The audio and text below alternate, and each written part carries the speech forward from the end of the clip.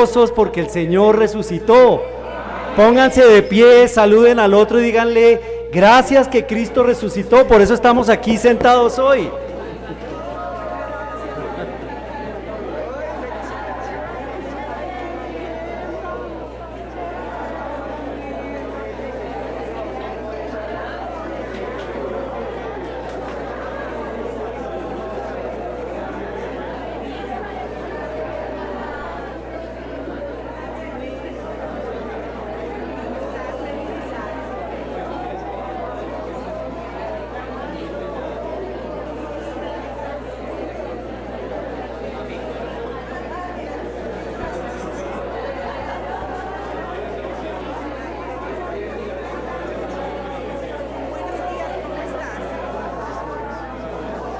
Hola.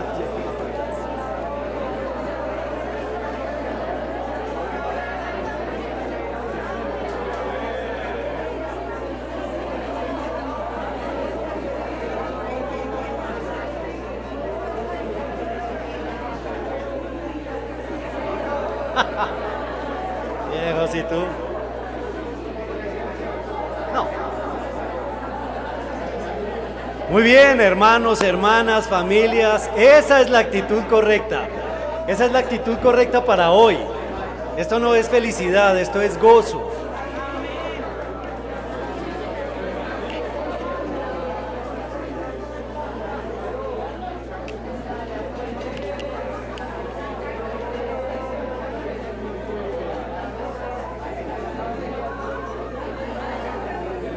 Muy bien, buenos días a todos. Por favor, si pueden regresar a sus sillas, esto es realmente el ambiente que debemos tener el día de hoy. ¿Por qué? Porque estamos celebrando, hoy estamos celebrando. Por supuesto siempre estamos conmemorando, pero hoy estamos celebrando que Cristo resucitó y esa debe ser la actitud, no puede ser diferente. Déjenme recordarles algo, en Mateo capítulo 5 es el capítulo que conocimos como las bienaventuranzas. El Señor le dice a sus discípulos, gozaos y alegraos, porque vuestro galardón es grande en los cielos, bienaventurados sois. Y después les dice, vosotros sois la luz del mundo, la sal de la tierra vosotros sois, gozaos y alegraos, porque vuestro galardón es grande en los cielos. Y después, ese es el final del capítulo 5, o el intermedio del capítulo 5. Y esa es la forma en la que nosotros tenemos que conmemorar y celebrar este día. ¿De acuerdo? Quiero abrir con el versículo con el que cerré la predicación del Viernes Santo. Si ustedes recuerdan y van en su Biblia, por favor, a Juan capítulo 16. Vamos a empezar por allí, por donde terminamos la predicación del viernes, el día de los bautismos. En Juan capítulo 16 el Señor se encuentra reunido con sus apóstoles. En ese momento son sus discípulos todavía, aún no son los mensajeros que va a enviar en Mateo 28. Y en el capítulo 16 y desde el capítulo 13 el Señor ha estado mostrándoles, dándoles muchas enseñanzas. Y les dice en Juan 16, 20, de cierto os digo, que vosotros lloraréis y lamentaréis, y el mundo se alegrará.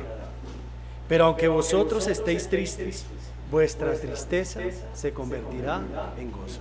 Esto les dijo el Señor a sabiendas de que en unas horas iba a ser arrestado y en algunas horas más iba a ser crucificado y muerto. Ellos no entendían qué era lo que significaba. Esa siempre es mi conclusión cuando los veo cómo se comportan a lo largo del proceso de la pasión. Pero el Señor les dice que el mundo va a estar feliz durante las horas en las que están ellos celebrando la muerte de Cristo. Y los discípulos van a estar tristes porque perdieron a su maestro. Ellos no entienden esto de la resurrección con claridad. Y lo vemos a través de las escrituras que empezamos a leer hoy con Fernando. Y vamos a seguir allí, pero vamos a poner este tiempo en manos del Señor. Amado Dios, te damos gracias, Padre, porque has dispuesto nuestro corazón para venir este día aquí, Señor. Gracias, Padre, porque vamos a predicar tu palabra. Y tu palabra es viva, Señor, y tu palabra es transformadora. Te rogamos en este día, Señor, que todo lo que vamos a conmemorar y a celebrar, que nos recuerda, Señor, tu resurrección y tu gloria, sea para nosotros un momento en el que nuestras vidas sean tocadas, Señor. que tu espíritu que se mueve en medio de todos los que estamos aquí, toque, Señor, y convenza a aquellos a quienes tiene que convencer de pecado, de justicia y de juicio, y a través del arrepentimiento venga, Señor, la salvación. Para aquellos, Señor, que ya somos salvos, bendice, Padre, para que tu palabra nos permita seguir creciendo y recordando que dependemos exclusivamente de ti y de tu poder soberano. Permítenos continuar entregando todos los días nuestras vidas para servirte, Señor, porque sabemos que el galardón es grande. Pedimos esto en el nombre santo y precioso del Señor Jesucristo y en el poder del Espíritu Santo, al Dios Altísimo. Amén. Muy bien, hoy vamos a predicar acerca del Evangelio completo. ¿Y por qué queremos hablar del Evangelio completo? Vean el comportamiento de muchos llamados cristianos en esta época. Les voy a contar más o menos cómo funciona. Dice, muchas personas mantienen a Jesús crucificado los 365 días del año. Lo ven ahí en la cruz, con los clavos, sangrando y sufriendo. Muchos lo ven así durante 365 días del año. No hay otra imagen diferente. Cada vez que se aproximan a Cristo está crucificado. Eso es parte de lo que la religiosidad nos ha enseñado. A que ahí está ese hombre que sufrió, que fue golpeado, todo lo que hablamos el viernes. Pero ahí sigue colgado en la cruz. Y una de las cosas que nosotros tenemos que acordarnos es que el Evangelio es una obra completa. No terminó el viernes. Y cuando nosotros recordamos que la obra no terminó el viernes, tenemos que recordar que el hombre ya no está ahí en la cruz.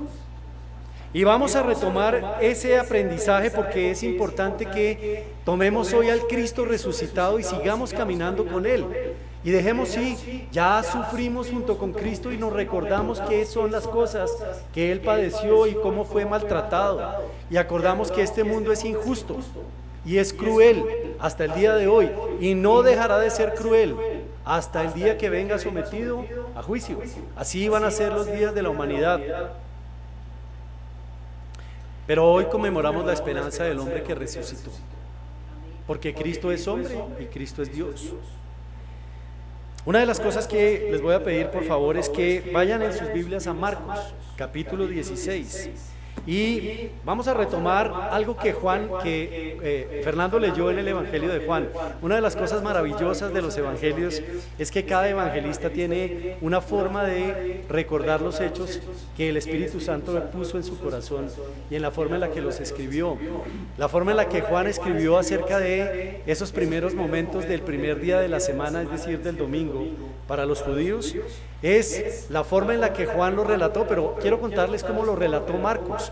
Marcos estuvo acompañando a Pablo hasta que Pablo se dio cuenta que Marcos no era el compañero que necesitaban, porque Marcos dijo: desisto de la campaña de ir a formar la primera iglesia con ustedes y con mi tío Bernabé y me regreso a Jerusalén. Y cuando Bernabé le propuso a Pablo que los llevara nuevamente, Pablo dijo: no va. Y se pusieron a pelear y finalmente Bernabé se fue con Marcos nuevamente a Chipre. Ellos nacieron en Chipre y Pablo se fue con Silas y se fueron a buscar a Timoteo. Y es muy particular esa historia porque Marcos después trabajó con Pedro durante largos años. Y cuando Pablo estaba preso en Jerusalén y posteriormente fue llevado a Cesarea, es muy probable que se hubiera encontrado con Lucas. Y durante los años de la prisión de Pablo en Cesarea Marítima, que fueron 2, es muy probable que estos 2 hombres hubieran escrito estos 2 evangelios. Y Marcos, ¿de quién aprendió las palabras que escribió? De Pedro. Él acompañaba a Pedro. ¿Y cómo sabemos esto? Hay frases muy específicas. El evangelio de Marcos está escrito para los romanos, está escrito para gentiles, pero una de las palabras por las cuales podemos reconocer a Pedro allí es que cuando el Señor fue a levantar a la niña que estaba muerta, ¿recuerdan? Él usó una frase muy particular cuando le pidió que se levantara. Le dijo: Talit Hakumi. Eso está en arameo. Esa palabra está escrita y está expresada en arameo. Y Marcos toma las palabras y en ese lugar solamente había pocos testigos. Y entre los testigos que estaban allí estaba Pedro. Estaba Juan también.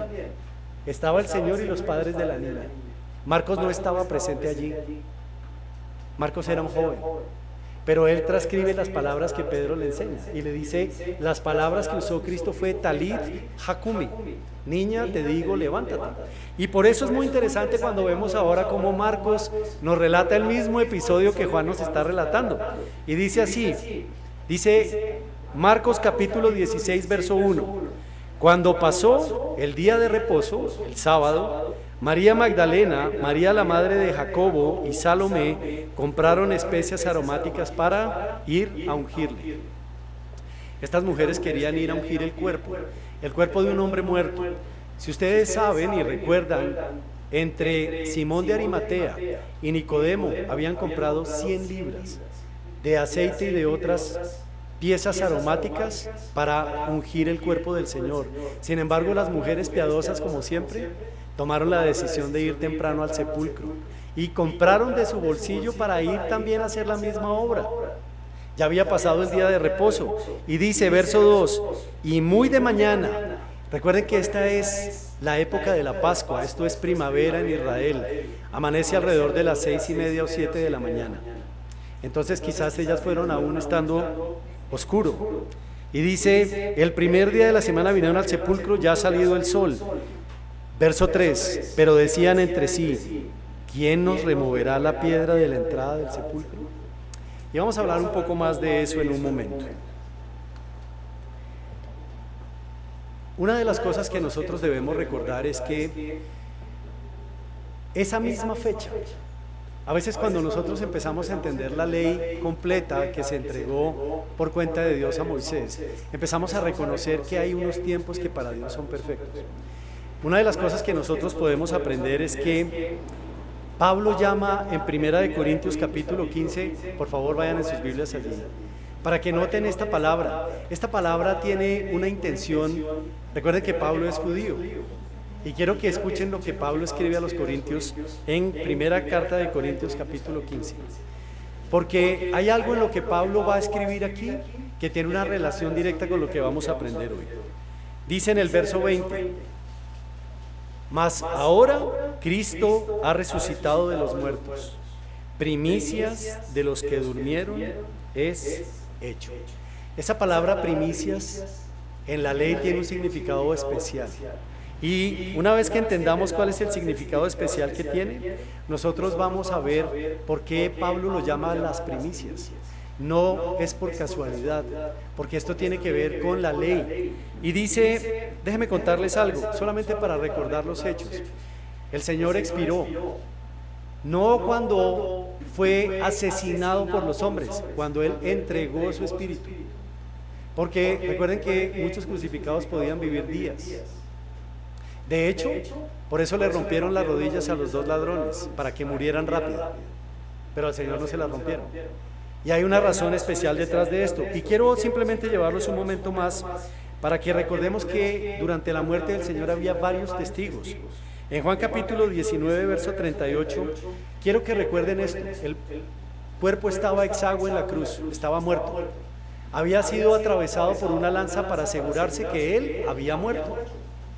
Y por eso mana la sangre y el plasma simultáneamente, como lo expresa Juan en su Evangelio. Solamente la sangre se separa del plasma cuando el hombre está muerto. De otra forma no habría un indicio de que él estaba muerto. Eso es lo que sale cuando lo atraviesa la lanza. Y dice así, Juan 19, verso 38. Después de todo esto, José de Arimatea, que era discípulo de Jesús, pero secretamente por miedo de los judíos, rogó a Pilato que le permitiese llevarse el cuerpo de Jesús, y Pilato se lo concedió. Entonces vino y se llevó el cuerpo de Jesús. Uno se pregunta, pero ¿por qué Pilato le concedió ese permiso? El hombre estaba muerto, estaba probado que estaba muerto. Sabemos que al siguiente día el sumo sacerdote y los enviados del sumo sacerdote fueron a decir, es mejor que pongas una guardia y la selles, porque ellos decían que cuando el hombre estuviera muerto iba a resucitar, pero eso sería el siguiente día. Y fíjense algo que dice Isaías capítulo 53, verso 9, y se dispuso con los impíos su sepultura, mas con los ricos fue en su muerte, aunque nunca hizo maldad, ni hubo engaño en su boca. José de Arimatea era un hombre rico, como eran todos los miembros del Sanedrín. Todos ellos tenían propiedades y recuerden que el sumo sacerdote y su suegro eran los dueños del negocio de la venta de los corderos en la Pascua y de todas las ofrendas que se hacían. Adicionalmente ellos eran los dueños de todo el sistema de cambio de moneda. Estos hombres eran ricos. Simón de Arimatea tenía un sepulcro al lado del lugar donde crucificaron al Señor. Y eso fue conforme a las escrituras hecho. ¿Ustedes creen que alguien planeó que el Gólgota quedara al lado de la tumba de Simón de Arimatea? No. ¿Pueden imaginarse el plan de Dios desde antes de la fundación del mundo haciendo cada paso? Haciendo que en el monte Moriah, que fue donde fue a sacrificar a su hijo Abraham, fuera el mismo lugar en donde iban a crucificar al Señor. ¿Se pueden imaginar cómo David compró a Arauna esa propiedad? ¿Se pueden imaginar cómo construyó luego el templo Salomón allí? Y la mano de Dios está detrás de todas esas cosas y nadie lo nota. Todo el tiempo Dios está obrando detrás. Simón de Arimatea compra una tumba desocupada y nueva allí, seguramente para usarla en algún momento, quizás cuando él muera. Pero él no ha muerto. Y ahí está la tumba. Y bajan al Señor de la cruz, recogen su sangre como es el ritual judío, lo envuelven en los lienzos, le ponen un sudario en su cabeza y lo dejan recostado en esta piedra que es un sepulcro. Y es allí a donde llega esta mujer de la que estamos hablando y que empezó a hablar Fernando el día de hoy, porque la escritura es completa y perfecta. Quiero que vayan un momento a Deuteronomio capítulo 21. Deuteronomio, si recuerdan, es la segunda vez que Moisés tiene que declararle la ley a todo el pueblo de Israel, porque todos los varones de más de 20 años han muerto caminando en el desierto. Todos, no ha quedado ninguno. Solo queda Caleb y Josué de esa descendencia. De resto todos son jóvenes, y las mujeres, por supuesto. Y dice así, Deuteronomio 21-22: si alguno hubiera cometido algún crimen digno de muerte, y lo hiciereis morir, y lo colgareis en un madero, no dejaréis que su cuerpo pase la noche sobre el madero. Sin falta lo enterrarás el mismo día, porque maldito por Dios es el colgado, y no contaminarás tu tierra, que Jehová tu Dios te da por heredad. ¿Ustedes creen que cuando esas palabras se inspiraron 1450 años antes del nacimiento del Señor, Dios no sabía que Cristo iba a estar colgado en el madero? Dios sabía lo que venía. Y Dios sabía que qué ocurría con el hombre en el madero, debía ser bajado.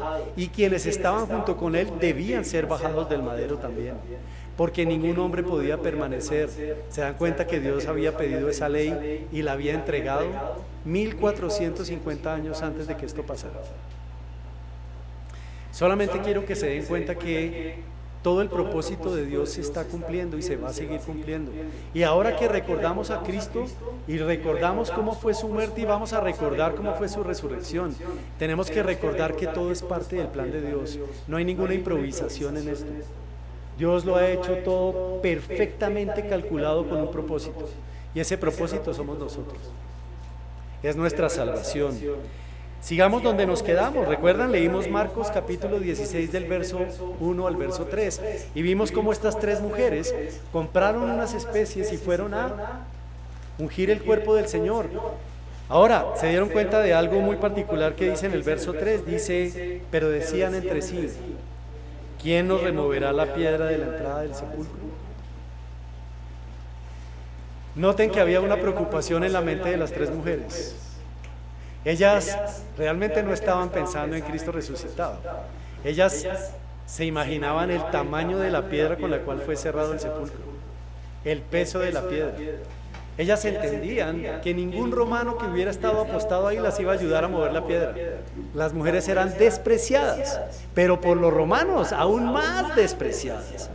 Ellas no le hubieran podido decir a un romano, por favor, ayúdanos a correr la piedra. Gracias. Ayúdanos a correr la piedra. No, ellos no le hubieran ni siquiera escuchado. De hecho, hasta de pronto las hubieran golpeado por acercarse al sepulcro. Y mire lo que sigue después. Dice así, sigamos leyendo el verso 4. Pero cuando miraron, vieron removida la piedra, que era muy grande. ¿No les ha pasado a veces que cuando pensamos en la resurrección del Señor y en nuestra salvación, antes de ver con gozo la salvación, vemos la piedra? Es que hay algo muy difícil delante de nosotros, Señor. ¿Quién removerá la piedra? Y muchas veces esa piedra es una piedra que cargamos nosotros y nos genera desánimo. Señor, estoy enfermo, pero Cristo resucitó. Él es la esperanza viva de todos quienes esperamos en Él, que nos vamos a reunir con Él, pero primero llevo mi carga, Señor. Me olvido que todos los que acusan a Dios de injusto y dicen cómo Dios permite las plagas, la muerte, la guerra, se olvidan de que Él puso a su Hijo y estuvo aquí y caminó aquí y aguantó hambre aquí y no tenía una cama donde dormir aquí y fue crucificado y fue golpeado aquí y fue azotado aquí y llevó todos los pecados aquí. Y hablamos de Dios como si Él no entendiera de lo que nosotros hablamos. Y Dios entiende porque Dios se hizo carne para estar aquí. Y sufrió todas las penalidades y mayores. ¿Quién de nosotros ha recibido 100 latigazos con un flagelo en la espalda? ¿Quién ha sido coronado de espinas? ¿Quién ha recibido clavos de 20 centímetros que atravesaron cada una de sus muñecas? ¿Y quién ha recibido unos clavos que atravesaron sus pies? ¿A quién se le burlaron mientras moría? ¿Alguno de nosotros ha hecho ese esfuerzo, ese sacrificio? Ninguno. Entonces, culpar a Dios de las cosas es inútil y es insensato. ¿Por qué? Porque ya Dios estuvo aquí en carne y lo hizo y vivió todo lo que nosotros padecemos. Por eso cuando nos encomendamos a Dios, Él entiende lo que pasa con nosotros. Ahora, también a veces somos piedra de tropiezo para otros. Hay gente que tiene gozo, que quiere disfrutar esta jornada y decir: gracias Dios por resucitar cuando viniste en forma de hombre y llevaste todos los dolores y las cargas y las padeciste por mí y te llevaste todo el pecado que había en la humanidad, no solamente mis pecados pasados sino mis presentes y mis futuros, y nos olvidamos de eso y somos piedra de tropiezo para otros y no les permitimos gozarse en la resurrección de Cristo. Eso es lo que tenemos que compartir este día también: gozo, esperanza. Eso es lo que Cristo quiere que compartamos hoy. Y fíjense que el Señor se le presentó 10 veces a sus discípulos, no una, no dos, 10 veces se presentó. Y en las 10 veces que se presentó, siempre hubo algo muy particular, y es que al principio no creían, alguno faltaba. Tú eres un espíritu. No entendían realmente lo que significaba. Por eso siempre que yo leo los evangelios y llego al punto en el que Cristo es crucificado, entiendo por qué estos hombres se fueron y se escondieron. En mi hogar cantamos una alabanza que creamos con Juan 20 que dice exactamente eso. Respecto de los discípulos, ¿qué hicieron? Se fueron a esconder todos. Todos tenían miedo. Y todos tenían miedo, ¿por qué? Porque dijeron: si al maestro, que todos lo conocían y veían su poder soberano, cómo sanaba, cómo transformaba los elementos de la naturaleza, lo crucificaron, ¿quiénes somos nosotros? Estando la puerta cerrada, mientras sus discípulos se ocultaban. Eso leyó esta mañana Fernando. Vino Jesús y puesto en medio les dijo: paz a vosotros, shalom. ¿Se acuerdan cómo se despedía Pablo? ¿Se acuerdan?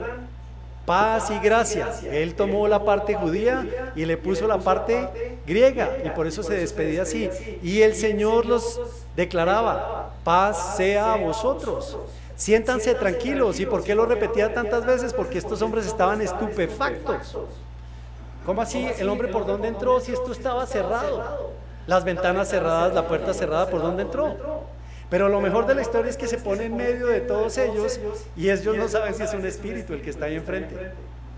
Y entonces, ¿qué hace el Señor? Les dice: tranquilos, soy yo. Ahora, yo me preguntaba en estos días por qué no lo reconocían. Pero una de las cosas que nosotros hemos aprendido es que el Señor conserva todas sus marcas. ¿Pueden imaginarse qué marcas tenía en su cara aún resucitado? Los huecos de una corona de espinas en su frente. Tenía los golpes en la cara, porque en 3 días ¿quién se cura de los golpes de la cara? Nadie. Tenía los huecos en las manos, el hueco del costado. Entonces, si a veces yo me pregunto, quizás no lo reconocían porque efectivamente este hombre no se veía como el maestro antes de que lo golpearan, ni lo crucificaran. Sin embargo, como dijo el pastor esta mañana, cuando llamó María, ella inmediatamente reconoció la voz. Ahora, el Señor se presentó 10 veces y decíamos hace un momento, Juan 20:19, les dijo paz a vosotros. Miren lo que dice Isaías capítulo 53 verso 10. Con todo eso, Jehová quiso quebrantarlo sujetándole a padecimiento. Cuando haya puesto su vida en expiación por el pecado, verá linaje. ¿Saben quiénes son el linaje del Señor? Nosotros somos el linaje. Y no se ha terminado el linaje del Señor. Sigue ahí más. Cada quien que llega y se une al cuerpo de Cristo es del linaje del Señor. No termina. ¿Por qué? ¿Qué prometió Dios? Verá linaje y vivirá por largos días, y la voluntad de Jehová será en su mano prosperada. Y sigue estando y siendo prosperada hoy. No seamos una piedra de tropiezo no declarando el evangelio completo. El evangelio no es y comienza y termina con el hombre en la cruz. El evangelio comienza con el hombre en la cruz, sigue con Cristo resucitado y aún no termina. Aún no termina. Dice algo muy importante: pasaron otros 8 días desde ese primer encuentro porque hacía falta un discípulo allí. Tomás dijo: me voy, no sé qué esperan ustedes aquí, es decir, todos encerrados, yo me voy a mis negocios. ¿Y qué ocurrió en el proceso de esa semana? Los discípulos que estaban presentes le dijeron: sí, el Señor vino, vivo. Y entonces Juan capítulo 20 verso 29 relata, una vez que el Señor se aparece nuevamente en medio de ellos y está ahí, Tomás le dice en el verso 29, Jesús le dijo: porque me has visto, Tomás, creíste. Bienaventurados los que no vieron y creyeron.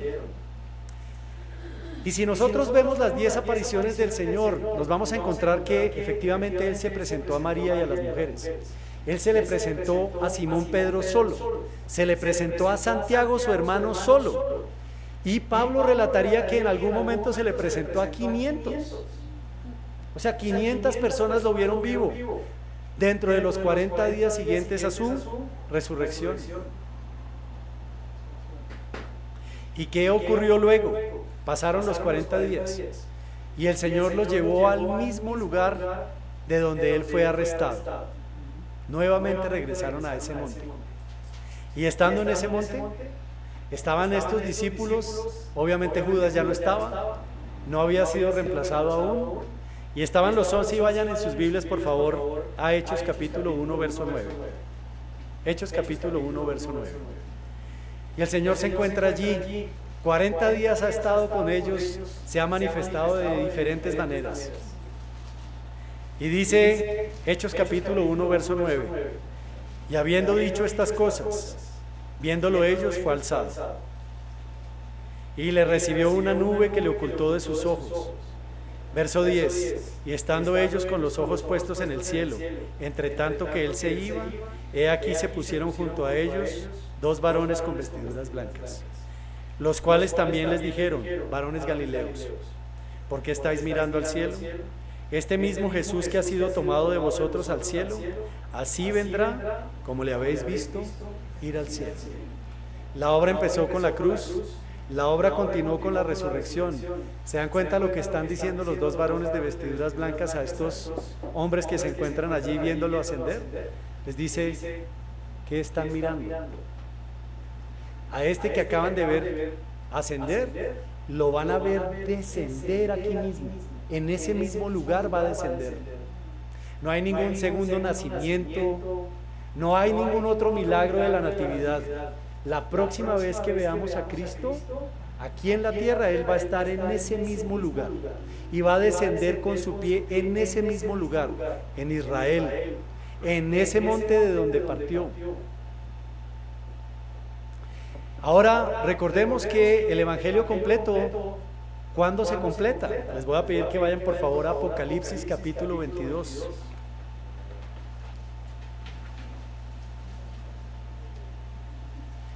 Porque ese es el evangelio que nosotros tenemos que predicar. No son los rezos, ni las procesiones, ni el saumerio, ni la luz, ni el agua, ni el simbolismo. El verdadero simbolismo, ya aprendimos el viernes, es la sangre. Pero ahora el simbolismo, ¿cuál simbolismo? Es un hombre resucitado, que ahora está en el cielo. Y mire lo que dice Apocalipsis capítulo 22, verso 12. Está hablando el Señor, le está hablando a Juan. He aquí yo vengo pronto, y mi galardón conmigo, para recompensar a cada uno según sea su obra. Yo soy el alfa y la omega, el principio y el fin, el primero y el último. Bienaventurados los que lavan sus ropas, para tener derecho al árbol de la vida y para entrar por las puertas en la ciudad. Escuchen esto tan duro. Mas los perros estarán fuera, y los hechiceros, los fornicarios, los homicidas, los idólatras, y todo aquel que ama y hace mentira. Ese es un destino triste para todos los que no hemos creído en el Señor. Eso es lo que el Señor declara. Eso va a pasar cuando vuelva. Allí se va a consumar esto que llamamos evangelio. Aún no se ha consumado todavía. Para aquellos que están bajo el dominio del príncipe de este mundo, quiero contarles algo. Vayan por favor en sus Biblias a Isaías capítulo 66.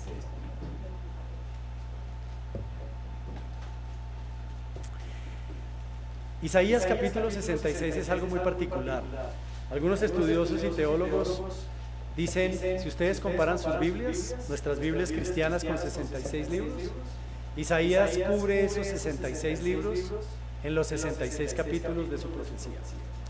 Y dice, para quienes están bajo el dominio del príncipe de este mundo, es decir, a quienes no han recibido a Cristo. Mire lo que dice Isaías capítulo 66, verso 24. Está hablando Dios.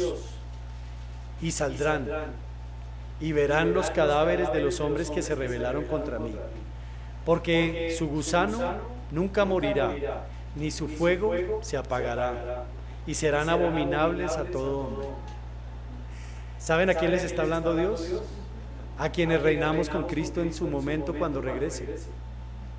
Nos está diciendo, nosotros saldremos y veremos ese escenario que acabamos de leer, a los hombres que se rebelaron contra mí, porque su gusano nunca morirá. El Señor muchas veces cuando habló del infierno habló del gusano que nunca muere. ¿Saben de dónde, a quién estaba citando? A Isaías 66. El gusano que nunca muere es el gusano que se come la carne y nunca muere. Es el gusano que taladra y taladra y taladra y nunca muere. ¿Se pueden imaginar eso en el cuerpo de los perdidos? Nunca muere el gusano. Pero ¿saben qué es lo peor? Ni su fuego se apaga. O sea, están permanentemente quemándose mientras el gusano los devora por la eternidad. Eso es lo que dice Isaías ahí. Ese es el destino de quienes rechazaron al Señor que acabamos de leer en Apocalipsis 22. Pero ¿qué nos espera a nosotros los hijos? Miren lo que nos espera. Vayan a Hebreos, por favor, capítulo 9, verso 27.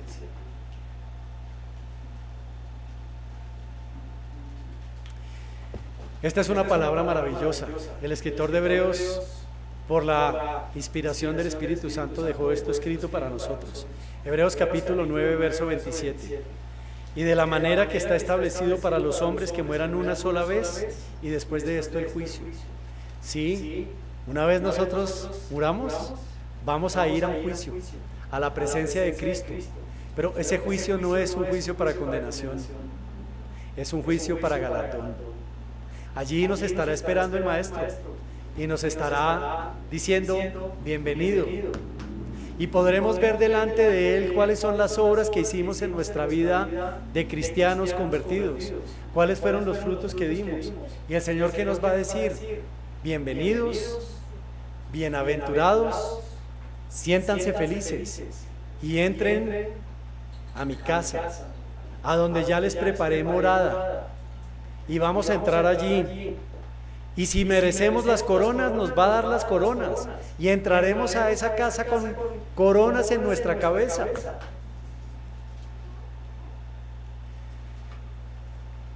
En el Evangelio de Juan, si van por favor al capítulo 10, tenemos que recordar cuál es nuestro trabajo mientras tanto. Hemos visto que nuestro objetivo es predicar el Evangelio completo. No nos quedemos con el hombre en la cruz. Sí, sufrimos y padecemos cosas en esta tierra, nunca como las que padeció el Salvador. Él fue a la tumba con un propósito y lo cumplió, y resucitó. Y mire lo que dice Juan capítulo 10, verso 27. El pastor citó este versículo esta mañana. Mis ovejas oyen mi voz y yo las conozco, y me siguen. Y yo les doy vida eterna, y no perecerán jamás, ni nadie las arrebatará de mi mano. Mi Padre que me las dio es mayor que todos, y nadie las puede arrebatar de la mano de mi Padre. Yo y el Padre, uno somos. Son uno solo. No hay diferencia.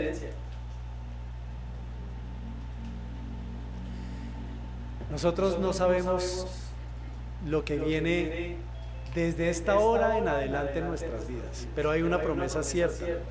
Y esa promesa cierta es el preludio de este final apoteósico que leímos en Apocalipsis 22. Vayan por favor a Primera de Tesalonicenses capítulo 4, verso 14. El apóstol Pablo escribió esta carta cuando los tesalonicenses estaban desesperados, tristes porque Pablo había tenido que huir porque lo iban a matar en Tesalónica los judaizantes o los judíos. Y una vez que escribe esto, Pablo les dice algo bello que no debemos olvidarnos. A veces la gente nos quiere convencer de que las palabras que están ahí escritas no son las que están ahí escritas, y sí son las que están escritas, de la mano del mismo apóstol. Y dice Primera de Tesalonicenses capítulo 4, verso 14, porque si creemos que Jesús murió y resucitó, así también traerá Dios con Jesús a los que durmieron en Él. Por lo cual os decimos esto en palabra del Señor, que nosotros que vivimos, aquí estamos los que vivimos, que habremos quedado hasta la venida del Señor, no precederemos a los que duermen, es decir, los que durmieron en Cristo se levantarán primero que nosotros, si es que estamos todavía vivos cuando el Señor venga. Verso 16, porque el Señor mismo con voz de mando, con voz de arcángel y con trompeta de Dios, descenderá del cielo. ¿De cuál cielo? El tercer cielo donde Él está sentado, que no es la atmósfera que es el primer cielo, ni es el espacio por donde va Artemis volando, ese es el segundo cielo.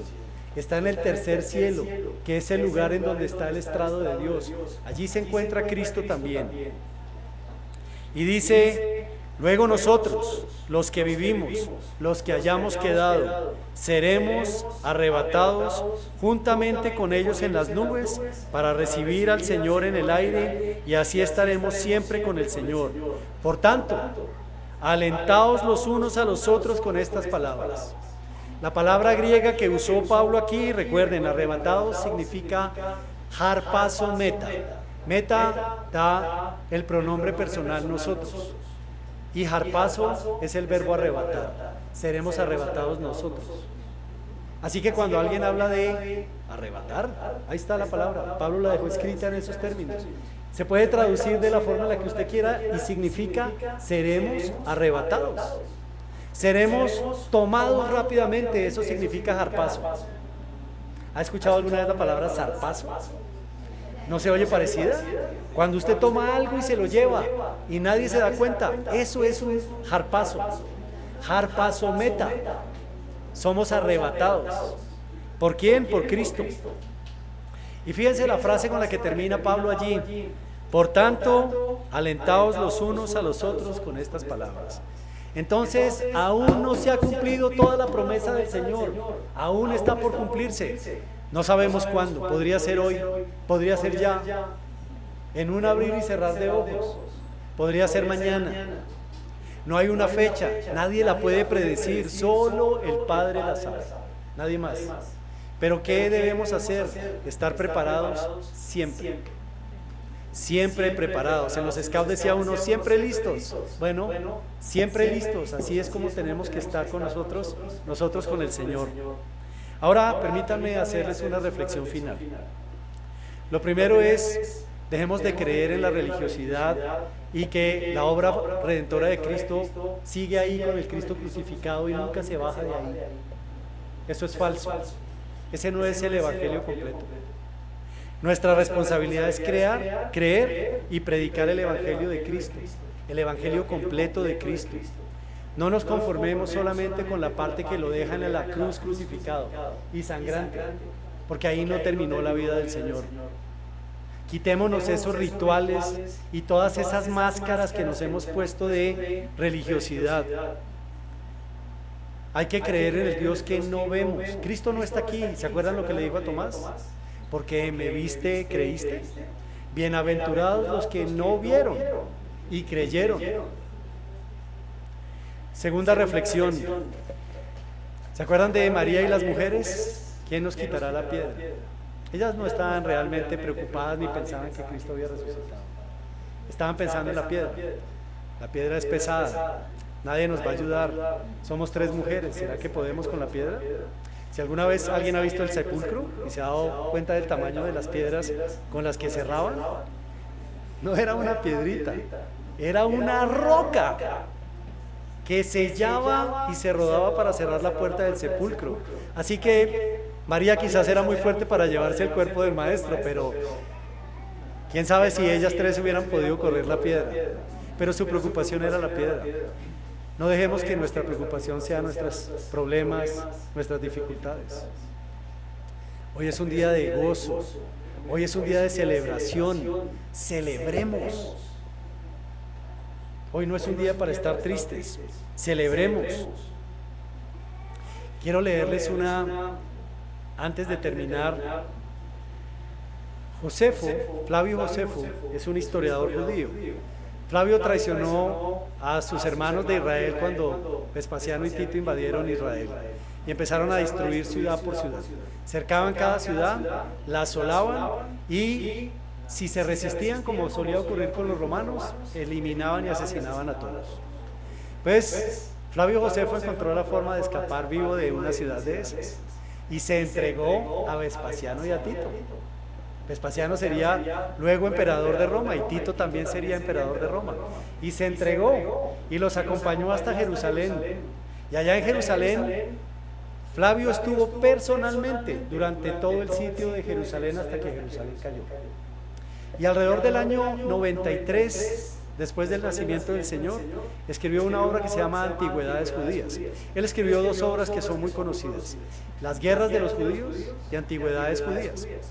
Lo que les voy a leer es lo que escribió Flavio Josefo en el año 93, recordando cuando ya vivía en Roma. Él se llama Flavio porque la dinastía de Tito y de Vespasiano y de Domiciano, su hermano, eran los Flavios.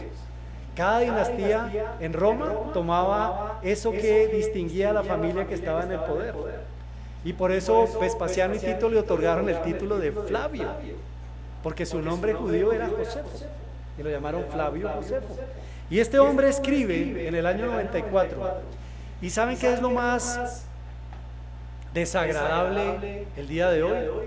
Que los paleógrafos, los científicos y los estudiosos de la supuesta historia han tratado de decir que lo que escribió Flavio Josefo no fue lo que escribió. Que alguien corrigió el texto de Flavio Josefo unos siglos después de que él lo escribió y lo corrigió para favorecer a los cristianos. Les hago esta advertencia antes de leerles el versículo, la nota que escribió Flavio Josefo respecto de nuestro Salvador. En el año 93, este hombre compartió y vivió y peleó al lado de los hijos de Caifás y de Anás. Él entendió ¿qué fue la causa de la rebelión de los judíos contra los procuradores romanos? Él identificó cuál fue la causa de que se destruyeran las 2 legiones que los judíos destruyeron en el año 66 y que ocasionaron la invasión de Roma de todo Israel. Este hombre conoció todo de primera mano, pero después se unió al ejército invasor y conoció todo el resto de la campaña y se fue vivo mientras arrasaron Jerusalén y mataron, no se sabe, entre 500,000 personas y 2 millones de personas. Esos fueron los muertos que dejó Roma en Jerusalén. Y dice esto Flavio Josefo: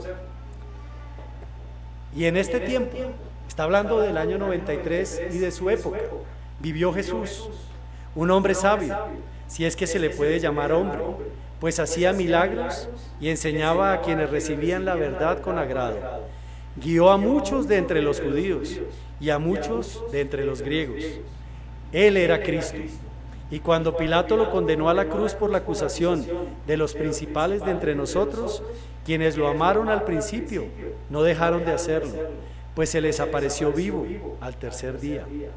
Dado que los profetas divinos habían dicho tales cosas y miles de otras maravillas acerca de él, y hasta ahora la tribu de los cristianos que recibió su nombre de él no ha desaparecido.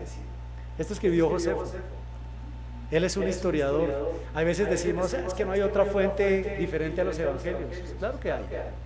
Si leen a Tácito, que es posterior a este historiador, también van a encontrar cuál es su reflexión sobre Cristo y los cristianos. Nuestro mensaje hoy es sencillo. Regocijémonos. No olvidemos proclamar el evangelio completo. Por favor, no carguemos piedras ni pongamos piedras de tropiezo a los demás. Y recordemos que nuestro destino está sellado con Cristo en su resurrección, porque vamos a estar con Él. Apocalipsis capítulo 3, verso 20 dice así: He aquí, yo estoy a la puerta y llamo. Si alguno oye mi voz y abre la puerta, entraré a Él y cenaré con Él y Él conmigo. Vamos a orar para terminar esta predicación. Amado Dios, te damos gracias porque has dispuesto, Señor, que estemos aquí el día de hoy escuchando tu palabra. Gracias, Padre, porque tu palabra, como dijimos, es transformadora. Te rogamos, Señor, que esta palabra que hemos predicado hoy more en los corazones de cada uno y crezca, Señor, y produzca frutos de a 100 por uno, Señor. Y que los frutos que tu palabra produzca sean para la honra y la gloria tuya, y que nos permitan, Señor, ir a predicarle a otros, Señor, esta buena nueva, que Cristo ha resucitado. Damos gracias en el nombre de Cristo Jesús, por el poder del Espíritu Santo, al Dios Altísimo. Amén, amén y amén. Gracias a Dios.